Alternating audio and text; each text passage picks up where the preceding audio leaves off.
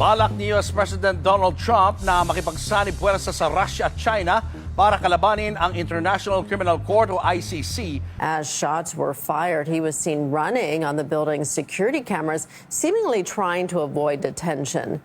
Sa ngayon, Directorate for Intelligence and Criminal Investigation and Detection Group ang nangunguna sa pagtugis kay De La Rosa. Aray ko! Sikat na naman ang Pilipinas sa buong mundo dahil sa kagagawan ng mga tiwaling politiko.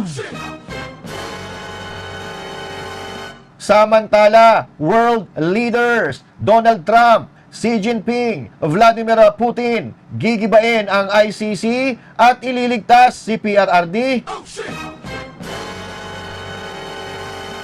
At eto, breaking news, daan-daan libong pulis inatasan para arestuin si Senator Bato. Abay, hindi na naman dumadaan sa tamang proseso. Abay, Diyos mio.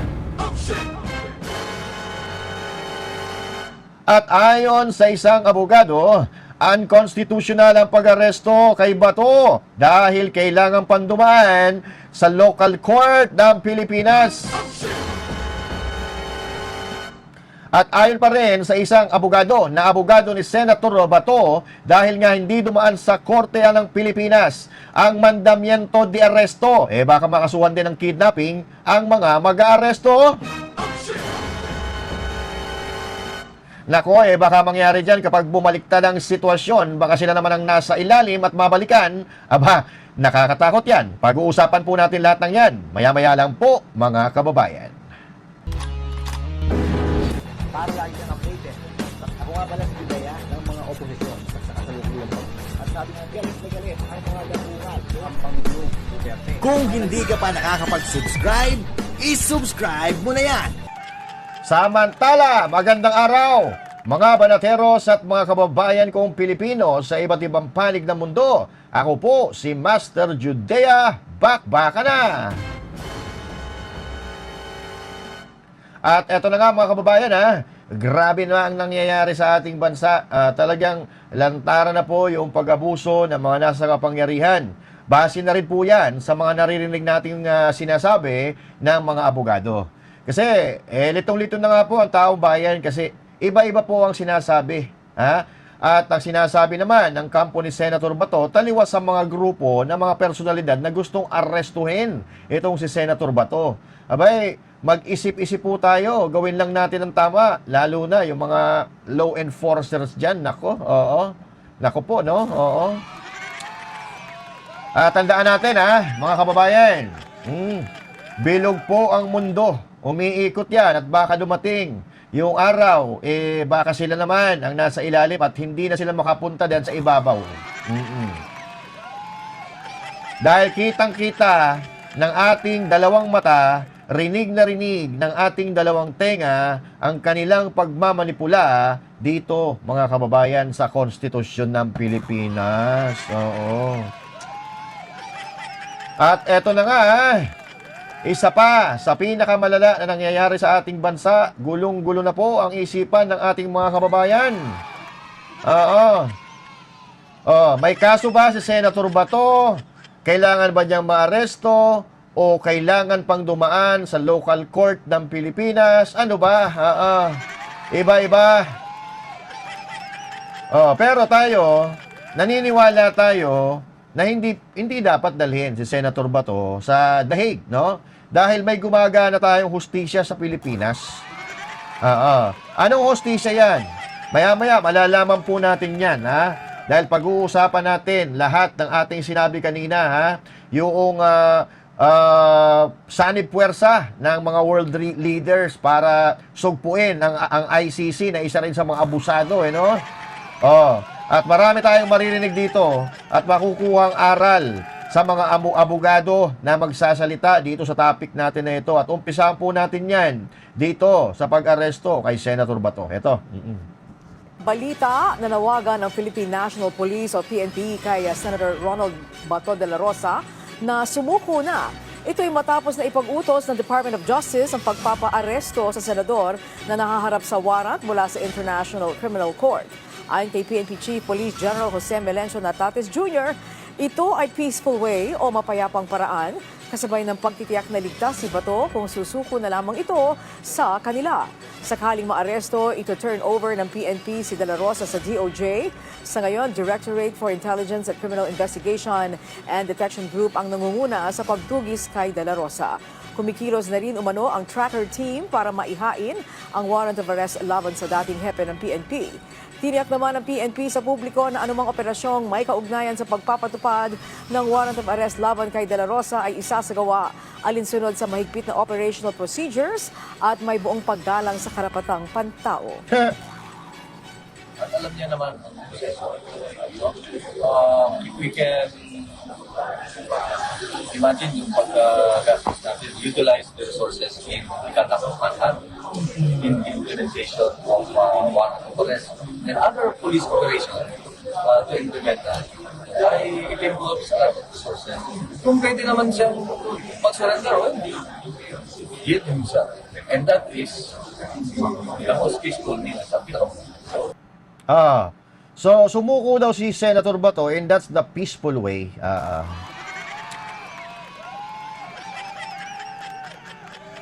Pero kayo na mga kababayan nating Pilipino, tanungin ko kayo, mahuli kaya nila si Senator Bato? Ha?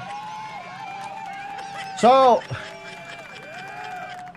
alam naman po natin na may diskusyon pa dyan. Pinagtatalunan pa rin yung jurisdiction ng ICC sa Pilipinas. Aba, ayan, may utos na po galing sa DOJ na arestuhin si Senator Bato. Hindi ba parang sa tingin natin bilang ordinaryong Pilipino ay nababypass ang Korte ng Pilipinas, lalo-lalo na yung Korte Suprema? Di ba? Tandaan po natin may petition po yung kampo ni Senator Bato. Hindi pa nga po naglalabas ng statement or ng final na verdict ang Korte Suprema, pero ayan, parang nangunguna na talaga sila na arestuhin na talaga. So nagtatanong po tayo kung ang DOJ na ba yung highest court ng Pilipinas? Kasi wala pa po utos ang Korte Suprema na arestuhin si Senator Bato de la Rosa. So ito po yung statement ni Matibag. Pakinggan po natin muna. First of all, there's already an order from DOJ for us to enforce the warrant issued by the ICC. So wala nang there's no reading between the lines. Simple lang, we'll enforce the warrant. Pag nakita namin siya, arestuhin namin siya. Pero hinahanap namin siya ngayon. That is the problem now because of yung nangyari na protective custody ng Senate. Because there was a gentleman's agreement, lalaking usapan na Gentleman, ha? pagka kailangan nang i-present si Senator Bato, the Senate will be the one to present him. Now that there is no TRO na binigay, ibig sabihin, walang status quo ante na binigay, ibig sabihin, the warrant is valid. It can be enforced. So, wala na kaming explanation na bibigay. If there is an ongoing actions that we are undertaking, of course, there is a dedicated teams to look after him. And we will arrest him. Basta nakita namin siya. And this is a nationwide operation. NBI is located, meron kaming officers located nationwide, and that is an order to every law enforcement agent of the NBI. And I think the same way with the Philippine National Police. Are you working within a specific timeline? Are we looking at weeks, months? We don't have a timeline because if we will see him today, we will arrest him today. If we will see him tomorrow or next week, we will arrest him. But we are right now looking for him. Nako, oo. So yan po, ha. May mga gentleman's agreement pa siya, usapan lalaki. Hindi naman siya sumunod sa gentleman's agreement. Di ba ang sabi ni Senate President Alan Peter Cayetano, evacuate nila yung Senate premises, yung vicinity. Hindi naman sila umalis eh. Di ba? At sa tingin ko, ha, kung hindi sila nagpumilit sa gusto nila at hinintay nila yung desisyon ng Korte Suprema, hindi naman naalis si Senator Bato. Ikaw ba naman may threat ka, di ba? May threat ka, nahuhulihin ka, na alam mo naman sa sarili mo na may inilalaban ka, may TRO, nagre-request ka sa Korte Suprema, di ba? So tatakbo ka eh.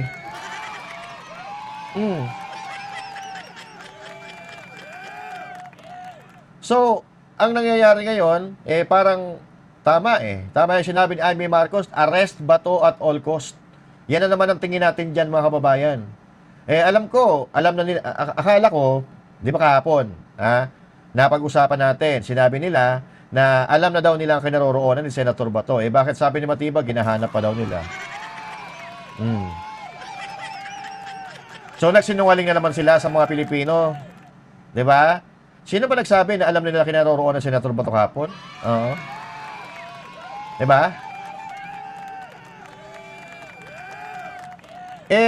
Ang problema kasi dito, questionable yung pag-aresto. Kasi nga, yung pinagtatalunan na batas ng Pilipinas, Rome Statute and all that, hindi tayo abogado, pero doon sa Vox Populi, napakinggan natin si Atty. Jimmy Bondoc at si Atty. Torion, medyo nagkaroon tayo ng linaw at tinanong natin kung ano yung tamang proseso.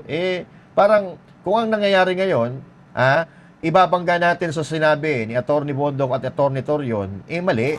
Di ba? Wala sa tamang proseso. Questionable. So, pakinggan natin yung abogado ni Senator Bato. Wait lang. To. May NBI na may hinta daw po sila doon sa location ni Senator Bato kung saan daw po siya nagtatago. Well, Baka heartbeat. baka heartbeat Baka siguro heartbeat yan. yan, ha? Oo nga. Oo. So, I'm hoping and praying na sana maintindihan din ng NBI na kinakailangan na meron talagang locally issued warrant of arrest dito. Or kung gusto nila, at least affirmed by a local court. No? Yan. Kung gusto nila, dalawang procedure kasi yan na posibleng magawa. I-fix nila yung local procedural mechanism para naman meron tayong rule of law na masusundan. Ngayon wala So, maski na clearly identified na nila kung saan si Senator Bato de la Rosa at dadakpin nila, ang sa amin yan, maling-mali yan. Baka ma-file lang din namin sila ng kidnapping or other violations of criminal laws kasi nga po walang basihanan yan. We might not succeed under the present administration pero sigurado ako aabot ito 2028. So, dahan-dahan lang din na kailangan na istudyuhan nila if their actions are in accordance with law. Iyon. So, sa tingin nyo, ang action nila ngayon ay in accordance with the law? Diba?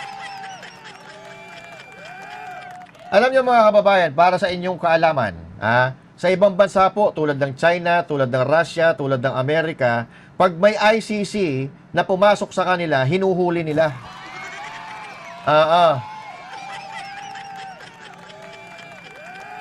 Pero dito sa Pilipinas, pag may ICC na pumasok at may kikidnapping Pilipino na kababayan nila, putya, tinutulungan pa nila. Ganun po ang pagkakaiba. At maliwanag naman po yung pagkakasabi. Kahit hindi ka abogado, siguro naman maiintindihan mo sinabi ni Atty. Torion. Pero sa lagay ng hustisya natin dito ngayon sa Pilipinas, hindi nila pakikinggan. Hindi nila pakikinggan. At ang malaking katanungan dito, may jurisdiction ba talaga ang ICC sa Pilipinas? Pwede ba talagang antimano arrestuhin si Senator Bato at ipadala sa dahig na hindi dumadaan sa local court?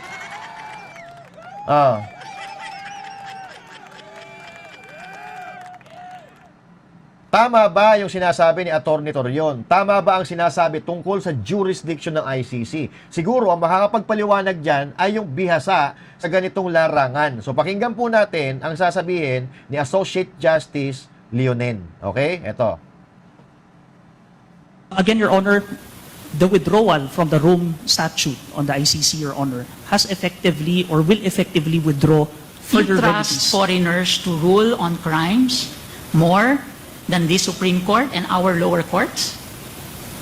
Your Honor, if there is an inability to bring cases before the Yes, courts, is Your there Honor, an inability? We go around in circles. What is the situation now? Is there an inability of our trial courts? You tell us because we are here in the Supreme Court. The courts are Magsumbong ka. open.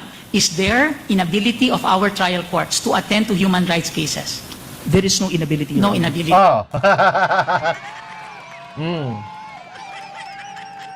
No inability. Abogado mismo nagsabi in-interpolate ni Associate Justice Leonen, itong Attorney Ray Paulo Santiago.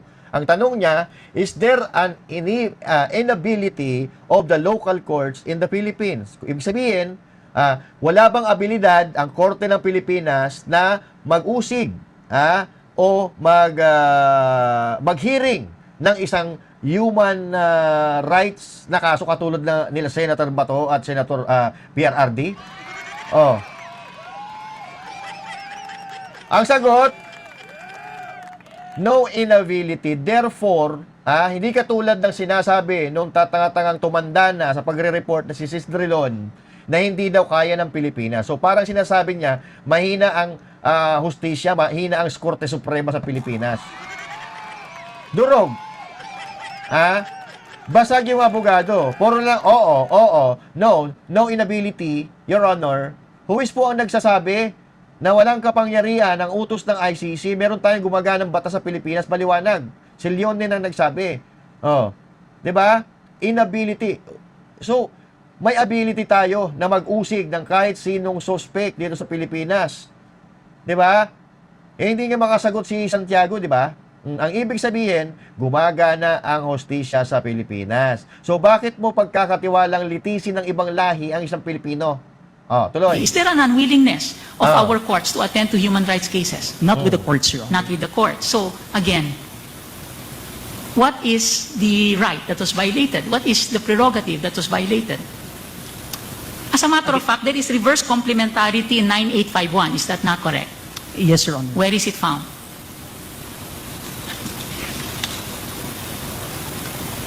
Chapter 8. Ayan. Hindi pa alam ng abogado kung saan matatagpuan yan. Sinabi pa ni Leonen, tingnan mo sa chapter 8. Section 17. Section 17. Correct? In the interest of justice, the relevant Philippine authorities may dispense with investigation or prosecution and give it to another court or an international tribunal. Correct? That's correct, Your Honor. So, isn't this unconstitutional by itself? Arispo versus Mogul, whenever a trial court already has jurisdiction, it maintains that jurisdiction. Here, it appears to say, walang kwenta pag Filipino court. An American serviceman is caught committing a crime. If there is a court in the United States already seized of that, our Philippine courts must give way according to this. Correct? That's correct, Your Honor. Reverse complementarity, correct? Yes, Your Honor. So, in other words, there is here a statement that our judiciary is second class to the International Tribunal and to other courts. I wouldn't want to speculate on that, Your Honor. Because it is not, correct? Yes, Your Because Honor. your judiciary can be able, correct?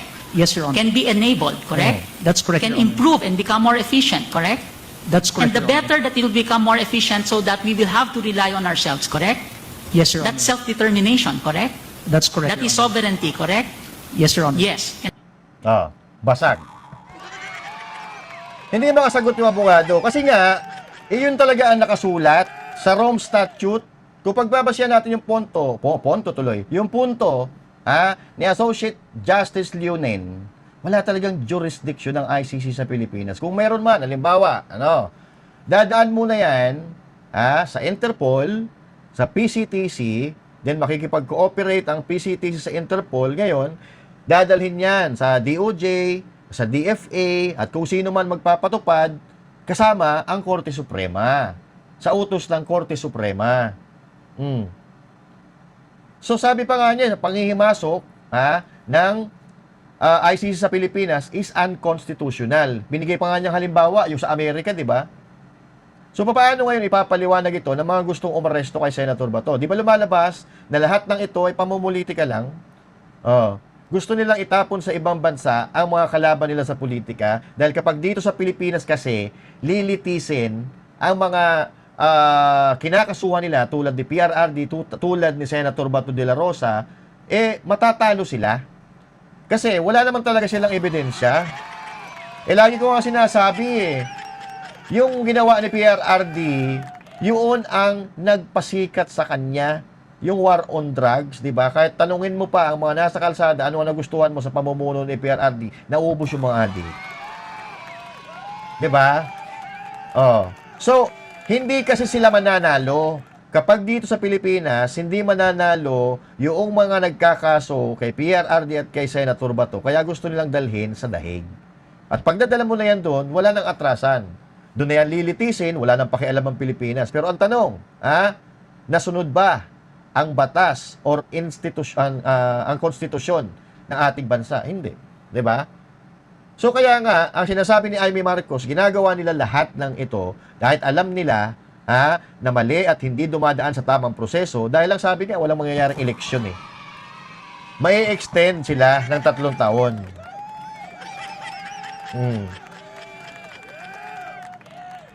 So, kapag na-extend sila, hindi sila mapapanagot kasi sila pa rin ang may hawak ng posisyon sa Pilipinas. Sila pa rin ang magpapatakbo ng Pilipinas. So, hindi sila mababalikan kasi nga, yung mga kinakasuhan nila, nandun na sa ICC. At wala na pakialam ang Pilipinas. At lalo-lalo na, pag na-impeach nila si BP Sara, uy, happy-happy sila sa paglulustay ng pera na ninakaw nila.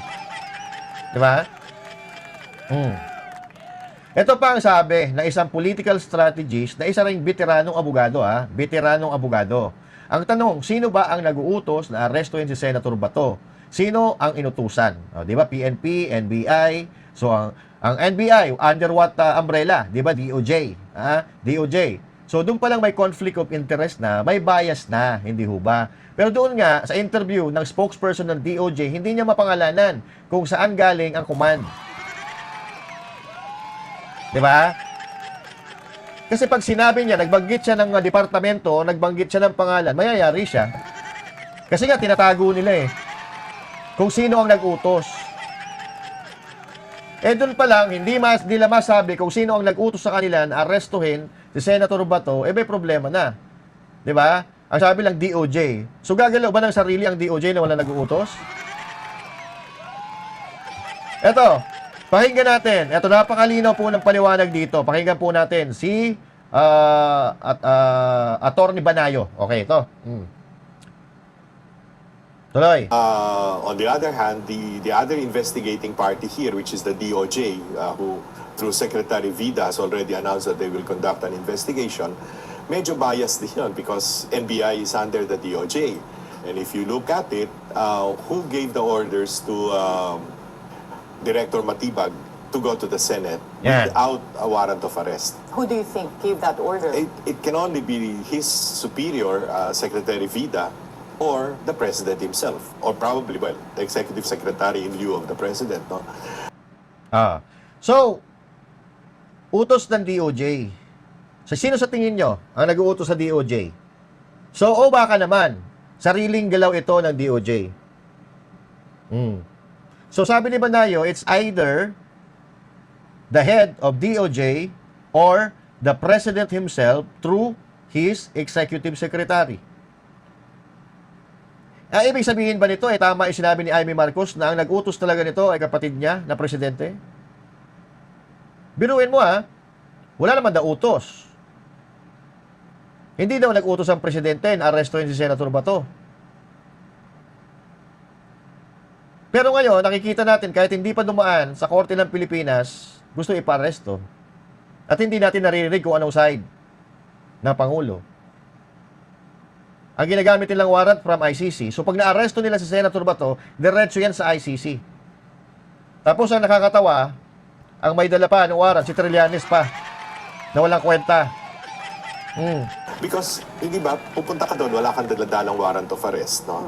May hawak-hawak ng warrant of arrest si Sonny Trillanes, no? Who currently has no position in the government. Nothing. I mean, what is he acting for? Constable of the ICC? And even if we're talking of the ICC... Hindi, si Trillanes, NBI. NBI si Trillanes. National Bureau of ICC. Nanginang yan. Walang hiya talaga. Puta, pinagtatawa na tayo ng mundo dahil sa mga taon to. Kailangan yung warrant of arrest given by a local court under the Rome Statute, yung Section 59, no? So, hindi ba? These are things lawyers need to know. And well, Director Matibag is a lawyer and almost all the NBI officials, high officials are lawyers too, no? Wala na yan. Wala na sila pakialam sa profesyon nila. Wala na abogado. Kung anong utos sa kanila, yun ang gagawin nila. Diba? Ganun naman sinabi ni Matibag, susunod sila sa order. Kung ano inutos sa kanila, susundin nila. Ano sabi ni Marcos dati? Sabi niya dati, di ba? gagalaw lang ang enforcement ng Pilipinas kapag may notice galing sa Interpol, di ba? Yung Interpol, yung nagpapatupad ng national law, ng police, international police, Kasi si Senator si PRRD dati, may Interpol notice. Ibig sabihin, may participation ng Interpol, di ba? So, ngayon, walang participation ng Interpol dito sa issue ni Senator Bato de la Rosa. So, isa lang ang nakikita ko dito. It's either nagsisinungaling si Marcos Jr. or hindi siya sinusunod ng mga bata niya, ng mga tao niya. When Yun it lang. comes to the arrest of Senator Bato de la Rosa, you said, hindi naman pupunta si NBI Director Melvin Matibag doon kung walang utos from a superior, which should be the Executive Secretary or the President. Si former Senator Trillanes criticized DILG Secretary John Vic Remulla for not arresting Trillanes when Secretary Remulla was already within the Senate premises. But even retired Justice, Supreme Court Justice Carpio said that members of the executive have no choice when the president already made a pronouncement that he did not order the arrest of Senator Bato. So the question here is, do you agree na yung naging actions ni Secretary Remulla not to arrest Senator Bato when he was already there within the Senate premises? And why do you think the president is not aggressively outspoken about just arresting Senator Bato? But two things, no? One, there was a warrant of arrest. They did not have a warrant of arrest. Yan. No? And two, obviously, DILG Secretary was shielding the President from blame.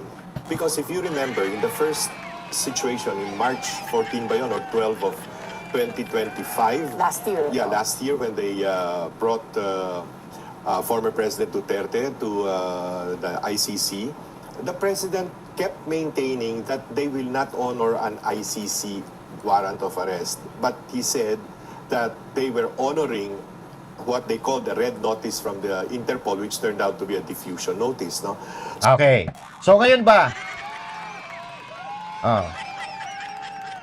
Hinuli daw si PRRD dahil nga pinanindigan ni Marcos yung kanyang sinabi na makikipag-ugnayan lang daw sila pag may Interpol notice. Kay PRRD may Interpol notice. Dito kay Bato, meron ba?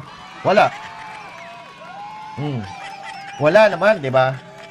So, kaya, ang hirap po paniwalaan ng sinasabi nila, iba-iba. So, the President has to be consistent, no?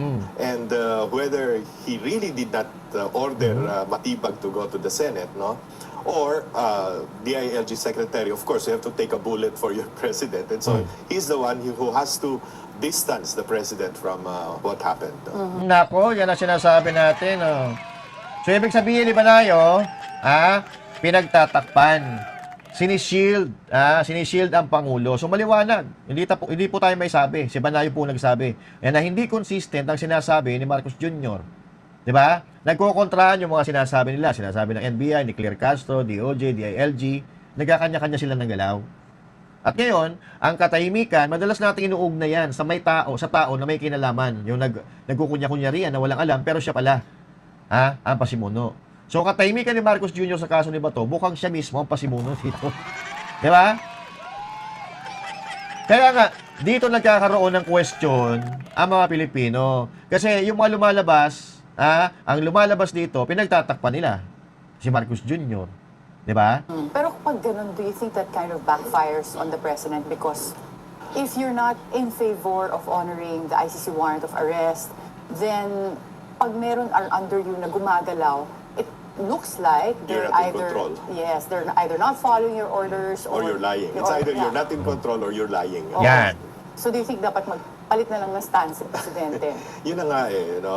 On the other hand, yung spokesperson niya, si Claire Castro, keeps saying that the warrant has to be, that Bato has to be arrested on the basis of an ICC warrant. No? So, that's the problem for so long. No?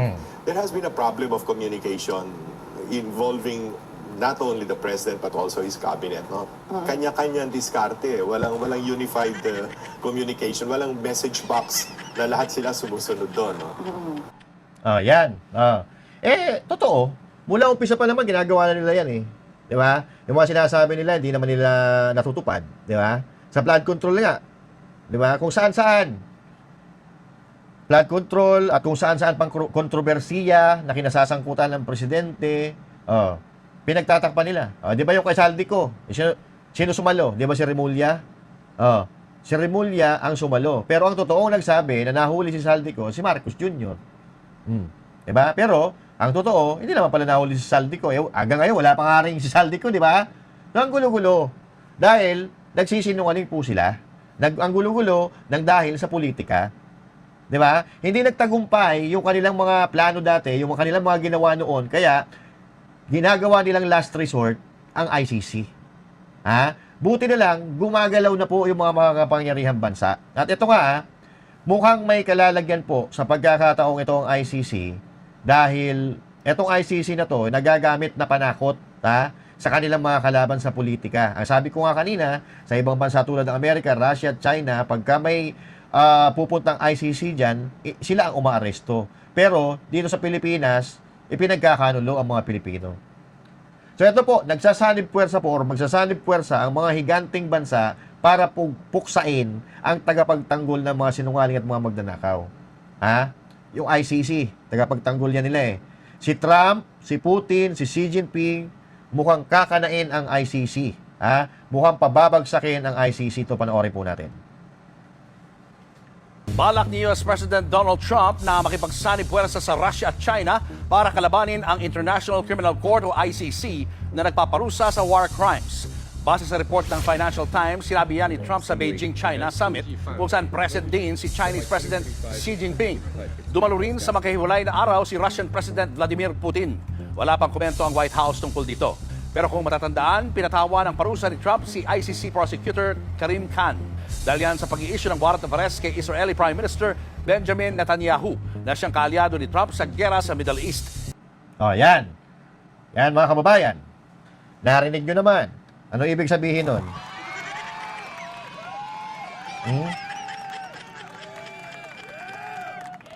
Kapag natuloy po yan, yung binabalak ng China, ng Russia at ng Amerika, mawawala ng kapangyarihan ng ICC. At worst comes to worst, baka mabuwag pa ang ICC na yan. At ang ibig sabihin, kapag nabuwag yan, makakauwi na si PRRD sa Pilipinas. Kaya dapat siguro madaliin nila, no? Madaliin nila ang pagpapabagsak dyan sa punyemas na ICC na yan para yung biktima ng mga pamali-mali nilang patakaran makauwi na doon sa mga bansa na kanilang pinaglingkuran. Marami pong nakakulong dyan sa ICC. Hindi lang naman si PRRD. Kamakailan nga, may namatay dyan, di ba? Isang nakakulong dyan. Yung Rwanda na involved daw di umano sa genocide noong 1994 na, ito, sino ba yun? Felicien Kabuga, tama ba? Felicien Kabuga, taga Rwanda. So, huwag naman sana mangyari kay PRRD. Dahil kahapon po, sa pangalawang pagkakataon, nawalan po ng malay si PRRD. No? Nawalan ng malay yung isang dating presidente na ngayon ay 81 anyos, 81 years old. Sobra-sobra po ito, mga kababayan. No, panoorin natin ang balita. Isinasailalim naman daw po sa cell monitoring si dating Pangulong Rodrigo Duterte ng International Criminal Court. Sa dokumentong inilabas ng ICC Trial Chamber 3, inirekomenda ng ICC Detention Center Medical Officer, ito ay dahil sa elderly detained person, ang dating Pangulo na may mataas na panganib ng pagkadapa, bunsod ng kanyang edad at ilang malalalang karamdaman. Layunin ng cell monitoring na mabantayan si Digong sa loob ng 24 oras kada araw para agad na makatugon ang custody staff sa anumang pangangailangan o insidente na maaaring mangyari. Patuloy po naman ang monitoring ng ICC medical team sa kalagayan ng dating Pangulo habang siya ay nasa ilalim ng kanilang kustodiya. Yan po ang nangyayari sa isang presidente na maraming ambag sa bansang ito. Imbis na ating pinasasalamatan at ginagantihan ng utang na loob yung kanyang mga nagawa dito sa ating bayan, siya pa ngayon yung pinaparusahan. Di ba?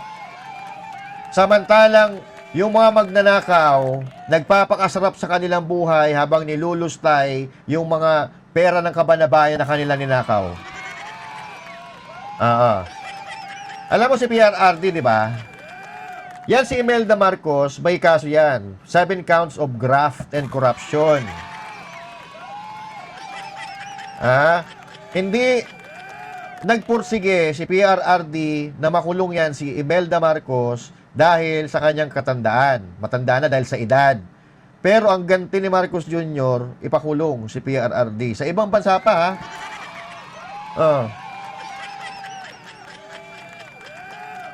Kaya ngayon mga kababayan, namumulat na ang buong mundo sa nangyayari sa mga Pilipino. Sikat na sikat po tayo sa buong mundo dahil sa mga pangyayaring ito sa nakawan sa gobyerno, sa politika, panggigipit sa mga kalaban. Puta Marcos na naman.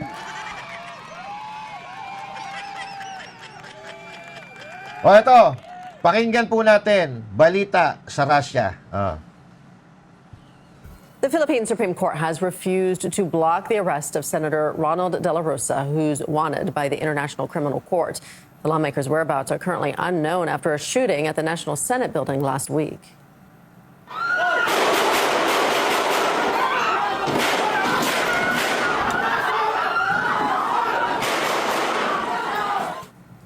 Senator De La Rosa had initially taken refuge in the congressional building last week after the ICC warrant against him was unsealed.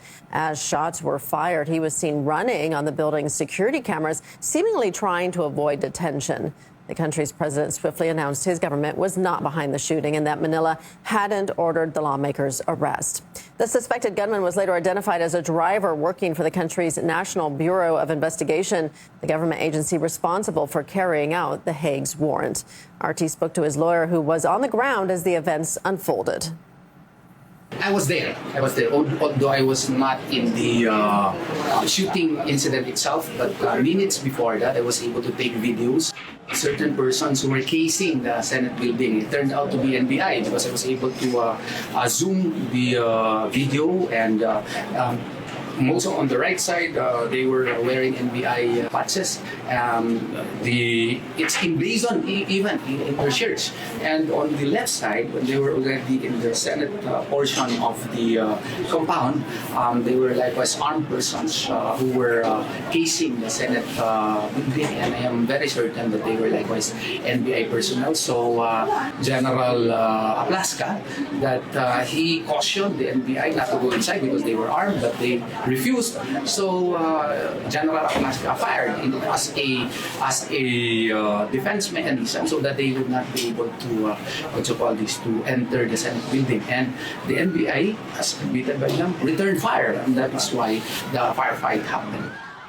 The ICC unsealed Senator De La Rosa's arrest order the day he was scheduled to appear before Congress to block Vice President Sara Duterte's impeachment. She is the daughter of former Philippine President Rodrigo Duterte, who is now detained in The Hague, facing trial for alleged crimes against humanity in connection to his war on drugs. Senator De La Rosa's lawyer also told us these events are part of a greater plot to remove everyone connected to the former leader from power. This is all political. Why? Because we have reasonable grounds to believe that Senator Bato has to be arrested and brought to Hague, even without following our constitutional law, our 1987 Constitution and our pertinent laws, because this is related to my own humble mind, to the impeachment of VP Sara Duterte. To our mind, if they can arrest him and then thereafter Senator Bongo, then the 16 votes required to achieve the 2/3 requirement under the 1987 Constitution would be achievable already. And this is also another scheme so that the issue on flood control, massive corruption, would be diverted, would no longer be talked about by the Filipino citizen. So they are providing us, to my humble mind, my own opinion, a circus so that the attention of the people would be focused on the political circus that they are actually creating. Yun, palakpakan natin. Ang lupit mo, Atty. Torion. International lawyer yan. Yan po mga kababayan. This is, that's Russia Today, okay? Balita po yan sa Russia. So ngayon, sikat na sikat tayo sa Russia. Alam naman natin yung Russia ay galit yan sa ICC. Nako po, Donald Trump, Xi Jinping, tapos si Vladimir Putin. Puta, pababagsakin ng ICC. Bilisan nyo na kasi. So maganda to mga kababayan. Kasi dito sa Pilipinas, wala tayong kakampi. Ang kakampi lang natin, I don't know if kakampi pa natin ng Korte Suprema or kakampi pa ng taong bayan ng Korte Suprema. Kasi wala na eh. Yung gobyerno, hindi na sila nakikinig eh. Kumbaga, sabi nga ni Atty. Torion eh, ginagawa nila itong lahat para mapagtakpan yung nakawan sa korupsyon sa Pilipinas. So at least, yung mga media sa Pilipinas, wala na. Ilan na lang, 3 na lang ata nagbabalita ng tama eh. Karamihan dyan, puta na, puro bayad na. So maganda tong ginawa. Nagpa-interview si Atty. Torion, sa international news. Puta, Russia Today to palakpakan natin. So ngayon, nakita, ng mga Ruso, ng mga Russian, ito nakita nga natin sa Pilipinas itong balita na ito. So ibig sabihin, makikita rin ito at mapapanood sa iba't ibang panig ng mundo. So now, alam na ng mga tao ng buong mundo kung ano ngayon ang pinagdadaan ng hirap at kaguluhan ng mga Pilipino. So, yun po. Ayos. Oo. So, bilisan nyo na. Kasi yung ICC na yan po ang ugat ng kaguluhan dito sa sitwasyong ito ngayon. Kaguluhan sa Pilipinas, yung ICC na yan. Dahil pinagpipilitan ng mga bangag na ipatupad ang utos ng ICC na yan na wala silang karapatan. Dahil yan, ano sinabi?